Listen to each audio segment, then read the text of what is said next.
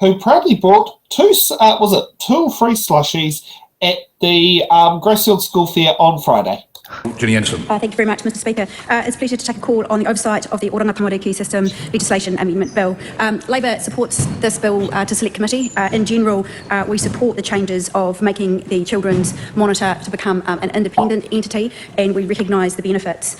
This bill changes that monitor to be outside of government, and it changes the constitutional arrangements to enable that to sit aside and be independent from government. Having a clear Children's Commissioner is a good thing.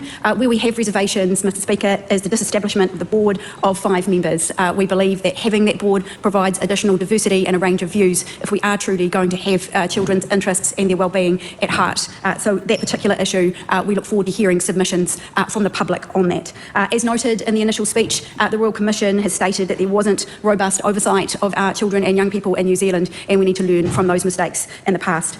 So we look forward to these changes bringing an increased level of transparency. And as the Minister for Children pointed out in her speech, it is really at the heart of the matter about rebuilding trust within our community, about rebuilding that trust in order for communities to be able to report, for children to be protected, and for there to be a more positive relationship going forward. I completely agree with rebuilding trust being at the heart and the necessity of the issues that underpin child welfare and child wellbeing. My problem is, Mr Speaker, is that many of the actions this government has taken, particularly in the space of protecting the wellbeing of children, has gone to do the antithesis of that, which is to cause increased mistrust within the public. Cutting critical frontline jobs at Oranga Tamariki means that there are frontline workers who are no longer there doing that good work. Contracts for Oranga Tamariki that enable children to be kept within their whānau, to be kept out of state care. Some of those key contracts right across the country have been cut. So those things, I believe, Mr Speaker, undermine trust in our system and undermine the ability for good reporting to take place. We've also seen the repeal of Section 7AA, which, strangely enough, when you look through the legislative statement here, it states that this bill we're talking about is consistent with the government's Treaty of Waitangi obligations, and the bill retains provisions intended to recognise and respect the Crown's responsibility to give effect to Te Reti o Waitangi. So it's great that that's still in there, Mr Speaker.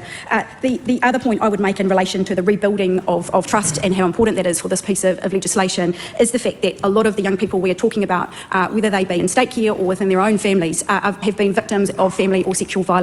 I have a deep concern that some of the cost cutting this government has done, whether it be police pulling back from family violence or whether it be no additional funding for Te Ao Rere Kura to build a network of support within our communities for family violence, that again undermines the trust and the ability for reporting to take place. And then finally, we have heard today, Mr Speaker, that the military-style boot camps, that they will potentially now be able to have force used at them. And it is disheartening that the Prime Minister did not know that had happened in Cabinet when questioned about that in the media. That does not go to building trust. So while it is great we have a bill that's having an independent Children's Commissioner, there are a range of actions that have been taken by this government that undermine the trust that we need to build in New Zealand if we are really serious about preventing harm to our children, violence not only within state care but also within our communities. And we have a big job ahead of us to do. I look forward to the submissions, and I encourage submitters, anyone at home who's tuning in, to put their views in and make them heard loud and clear at Select Committee. It's a very important part of our democratic process that your voices are heard as part of the consideration of this legislation. Just for what Kiwi Skirt has just mentioned in there, normally when Laura's in the show, she's in as admin, not as herself. So when she posts her comments, it shows up as it's in the ballot. So if you're in Restream at the moment, like I'm not sure Paul's logged in as admin or as guest. I'm in as admin, I think. Yeah, if you log in as admin, anything that sits there and types in the stream reply chat, it pretty much basically goes out under under the retrospective platforms names that we're broadcasting on. So just for that quick one on there, and just to sit there and let you know, I think Ginny did pay in cash, but that money has been banked into the bank account. Let's go. So, it's gone. It's been declared.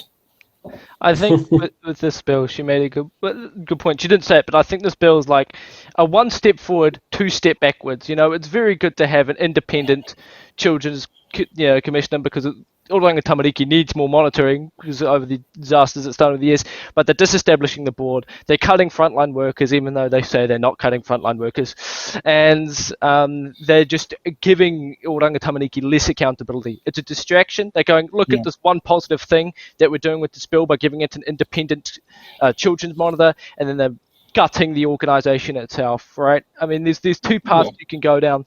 Is either you completely give this organisation more accountability by strengthening the board rather than disestablishing it, strengthening the front line, giving it more funding, and strengthening the children's commissioner. They're not going down that path, but they're also not going down the path I think they should go down, is start a placement organisation. Oranga Tamariki has been a failure. I think there was 10 reports that have come out over the years of its complete and utter failures, and it's time for a completely new organisation entirely to help our the children in state care. And I think one of the things that Ginny brought up that was really interesting as well is, and it happens no matter who's in power, but we hear a focus on the bill specifically, but everything is interconnected. So yeah, the police pulling back on things like domestic abuse claims so that they can, be tough on crime, so Mark Mitchell doesn't have to quit.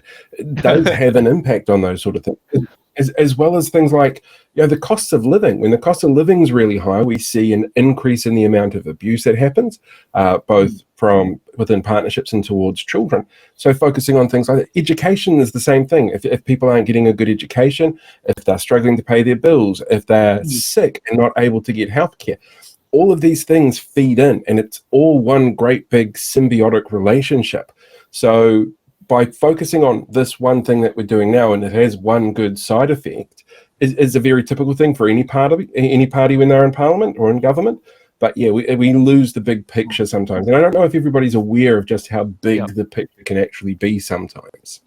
I think in New Zealand and Australia has some of the two most highest domestic violence rates in the entire world. We're really, really good at that, unfortunately. And the fact that the Mark Mitchell is pulling police away to be tough on gangs, which there have been some areas where it's been good, but I think we should actually hire more cops instead of throwing more cops under the bus and moving them off to Australia. We should really prioritize. We do also have a very big thing in this culture is back the abuser, bash the victim when it comes to domestic violence. As I know from the receiving end of that, and the number of times that people have mistaken the victim part as I'm the abuser. Because it's always gone, bro, what did you do? What did you do, bro? Why did he do that to you? It's not, clearly not. And a lot of people go, male perpetrator, female victim. Like my DV situations were male on male. And actually, ironically, if anyone asks you, I wasn't in a relationship with these people either. That's the other thing. So while it's in there, like one of them was a stepfather, and two of them were former flatmates. And it's really, and a lot of people struggle to get their head on male, and the other part is they assume domestic violence is associated with relationship, whereas if you speak to the courts, domestic violence is classed as living in the same property. It doesn't help that the media doesn't, help either. They don't realise that either. Okay. Well.